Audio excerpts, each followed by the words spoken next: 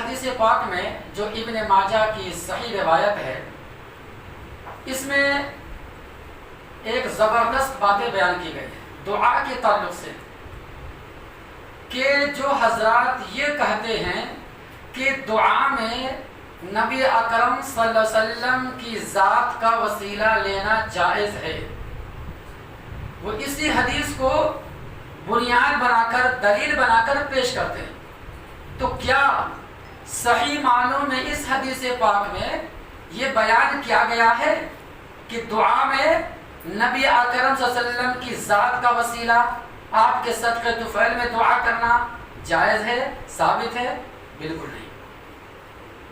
اور اس سلسلے میں باتیں بہت ساری ہیں، لیکن میں صرف اس حدیث کا جواب دینے کے لیے حاضر ہوا ہوں کہ اس حدیث پاک میں کیا باتیں بیان کی گئی اور لوگوں نے غلط معنی مطلب کیسے لیا ہے۔ دیکھو، کوئی بھی شخص ہو، دعا کے اندر اللہ کے علاوہ کسی غیر اللہ کا وسیلہ لینا، جو مر چکے ہو، دنیا سے جا چکے ہو، چاہے نبی اکرم صلی اللہ علیہ وسلم ہی کیوں نہ ہو، آپ کی ذات کا بھی وسیلہ لینا دعا میں جائز نہیں، یہ حرام ہے۔ بہت سارے دعا کرتے ہیں اے اللہ نبی کے صدقے طفیل میں قبول فرما، یہ بولتے ہیں، یہ غلط ہے، حرام نہیں بولنا چاہیے، یہ شرک ہے۔ پوچھا جاتا ہے دلیل پہ، یہ حدیث پیش کرتے ہیں، آئیے اس کا جواب سنتے ہیں کیا ہے مطلب۔ پہلے حدیث کا ترجمہ سنیں۔ حدیث کے راوی عثمان ابن حنیف رضی اللہ عنہ کہتے ہیں کہ ایک شخص نبی اکرم صلی اللہ علیہ وسلم کی خدمت میں حاضر ہوا، وہ نابینا آدمی تھا، آنکھ سے اندھا تھا۔ وہ آ کر عرض کرنے لگے کہ اے اللہ کے رسول صلی اللہ علیہ وسلم، میں ایک نابینا شخص ہوں، میری آنکھ کی روشنی کمزور پڑ گئی نہیں ہے، لہذا ایسا کرے آپ اللہ تعالیٰ سے دعا کر دے کہ اللہ ہماری اس بیماری سے عافیت دے دے، نجات دے دے۔ تو ایسے موقع پر نبی اکرم صلی اللہ علیہ وسلم فرماتے ہیں اگر تم چاہو تو صبر کر لو، اس کے بدلے اللہ نے آخرت کے اندر تمہارے لیے نیکی اور ثواب رکھا ہے۔ یعنی اگر میں چاہوں تو دعا بھی کر سکتا ہوں، یا تم چاہو کہ ایسا ہی رہے تو یہ آخرت کے لیے تمہارے لیے بہتر ہوگا، آخرت کے اندر تمہارے لیے ایک ذخیرہ بن کے رہے گا نام اعمال میں نیکی کے طور پر، یا اگر تم چاہو تو میں دعا کر دیتا ہوں۔ تو صحابی کہنے لگے اللہ کے نبی دعا کر دیجئے، چنانچہ دعا کر لگے اور یوں کہہ رہے تھے اللہم انی اسألک توجہ الیک بمحمد نبی الرحمہ، یہ دعا کر رہے ہیں۔ اس کا مطلب یہ ہوا نبی اکرم صلی اللہ علیہ وسلم وہاں موجود ہے اور یہ صحابی دعا کر رہے ہیں، کہہ رہے ہیں کہ اے اللہ میں تجھ سے سوال کرتا ہوں اور تیری طرف محمد جو نبی رحمہ ہے صلی اللہ علیہ وسلم، اس کے ذریعے سے میں تیری طرف متوجہ ہوتا ہوں۔ یہاں نبی کا ذریعہ لیا صحابہ، اور آگے کہتا ہے کہ اے محمد صلی اللہ علیہ وسلم میں آپ کے ذریعے سے اللہ تعالیٰ سے سوال کرتا ہوں اس ضرورت کے بارے میں جو ہمیں ابھی ضرورت ہے، اور اے اللہ تو مجھے نبی کی سفارش نصیب فرما۔ یہ دعا کر رہے ہیں۔ دیکھو اس دعا میں تین چیز آیا، تین جملہ۔ ایک جملہ آیا اتوجہ الیک بمحمد نبی الرحمہ، اسی کو دلیل بنا کر یہ بدعتی حضرات کہتے ہیں، قبر کے پجاری، درگاہ کے پجاری، شخصیت کے پجاری، تقلید کے پجاری، جو بھی ہو، وہ کہتے ہیں دیکھو صحابی نبی کی ذات کا وسیلہ لے رہا ہے، تم بولتے وسیلے ناجائز نہیں حرام۔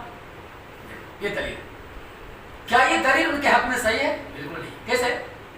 پہلی بات یاد رکھو، شفا دینے والا اللہ تعالیٰ ہے، تمام کے تمام شفا کا اختیار اللہ کے ہاتھ میں ہے، لہذا ہم لوگوں کو چاہیے کہ شفا یابی کی دعا صرف اللہ سے مانگنی، اللہ کے علاوہ کوئی شفا دینے والا نہیں۔ اگر یہی بات ہوتی تو سیدنا ابراہیم علیہ السلام جن کی دعا کو قرآن میں نقل فرمایا ہے وَإِذَا مَرِضْتُ فَهُوَ يَشْفِينِ، کیوں کہا کہ جب میں بیمار پڑتا ہوں وہ مجھے شفا دیتا ہے، وہی مجھے شفا دیتا ہے۔ بیماری کی نسبت ابراہیم علیہ السلام نے اپنی طرف کی، اگر چاہتا تو یہ بھی بول سکتے تھے کہ اللہ تو ہی نے مجھے بیماری دیا ہے، تو ہی مجھے شفا دے. دیکھو لیکن یہ جملہ نہیں بولا، بلکہ کہا میں جب بیمار پڑتا ہوں تو مجھے شفا دیتا ہے.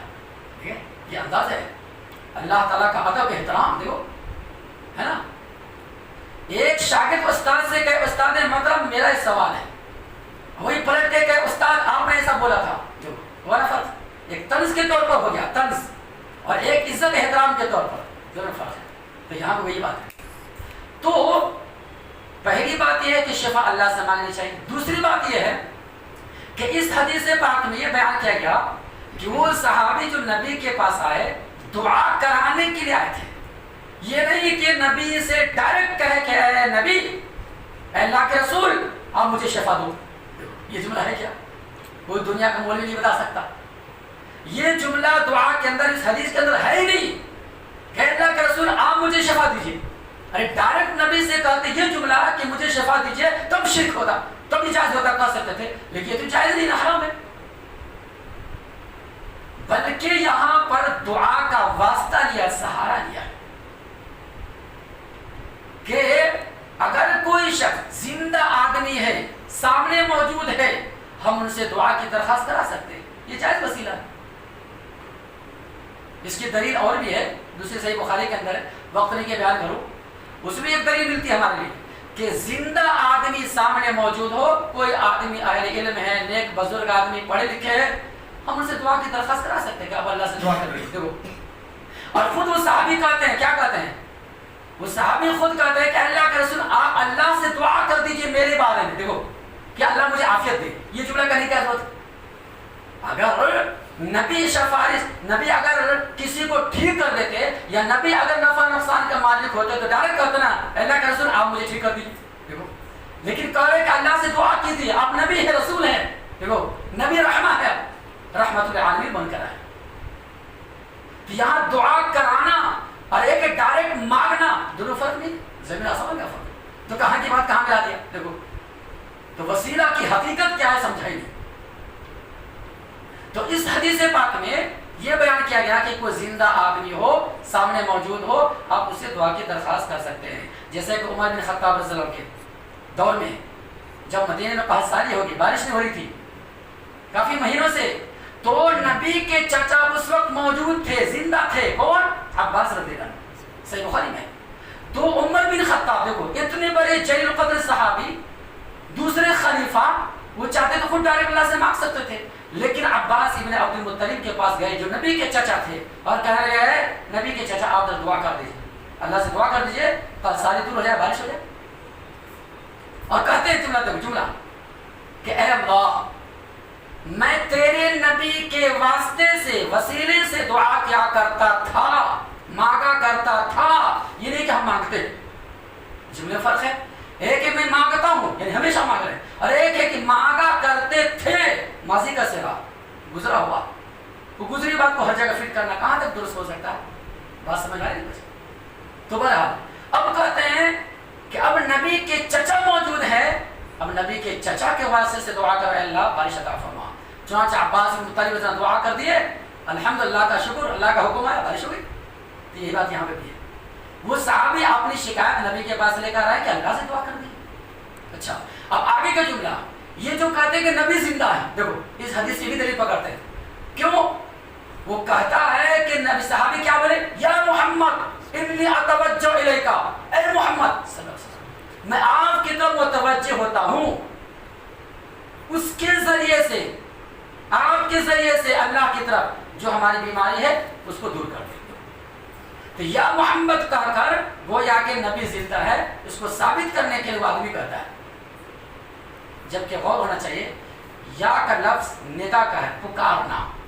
ٹھیک ہے، پہلی بات تو یہ ہے یا کا لفظ اسی کے لیے استعمال ہوتا ہے جو سامنے موجود ہو اور زندہ ہو. اب بتاؤ یہ صحابی جب بول رہے تھے کیا اس وقت نبی زندہ نہیں تھے؟ عجیب بات ہے، کہاں کے بعد کہاں ملا جا رہا ہے؟ اس لیے کہا کرتا نا ہمارے گھٹنا پھوٹے سر. دیکھو صحابی خود کہتے ہیں اے محمد صلی اللہ علیہ وسلم، یعنی نبی وہاں پر موجود ہے، زندہ ہے. انتقال نہیں ہوتا، اس وقت موت نہیں تھی. موت آنے کے بعد کسی ایک صحابی نے بھی نبی کے قبر کے پاس جا کر یہ نہیں کہا یا رسول اللہ آپ مجھے بیماری کو دور کر دیجیے. اے اللہ کے نبی میں آپ کا وسیلہ سہارا لیتا ہوں پریشانی کو دور کر دی. دیکھ یہ جملہ کہا کہیں نہیں ملے. یہ بات بالکل غلط ہے. اس کو اچھی طرح ذہن سے نکال لے, صاف کر لے. اگر یہی بات ہوتی تو مجھے بتاؤ قرآن مجید کے اندر بھی یا کا لفظ آیا ہے کافروں کے بارے میں, تو کیا کہو گے؟ کافر بھی زندہ ہے؟ ارے ابو لہب ابو جہل بھی زندہ ہے. کیا کہا؟ قل یا ایھا الکافرون لا اعبد ما تعبدون. اے میرے پیغمبر آپ کہہ دیجئے اے کافروں جس کی تم عبادت کرتے اس کی ہم عبادت نہیں کرتے ہیں. یہاں بھی یا کا لفظ آیا تو کیا کہو گے؟ زندہ ہے. عجیب ہے. قرآن جیسے اترا, نبی کی حدیث جیسے گیا اس کے مطابق ہے. اب اس کو آج کے دور میں فٹ کرنا یہ بالکل جائز نہیں ہے, اور کسی صحابی کا ایسا عقیدہ ہے نہیں کہ نبی زندہ ہے اس لیے یا محمد کا لفظ لگاؤ اور نبی کو پکار مصیبت کے. یہ سب غلط بے بات ہے. بات زیادہ ہو گیا. اللہ سے دعا کر اللہ تعالیٰ مسلمانوں کو دین کی صحیح سمجھ اور نیک عمل کی توفیق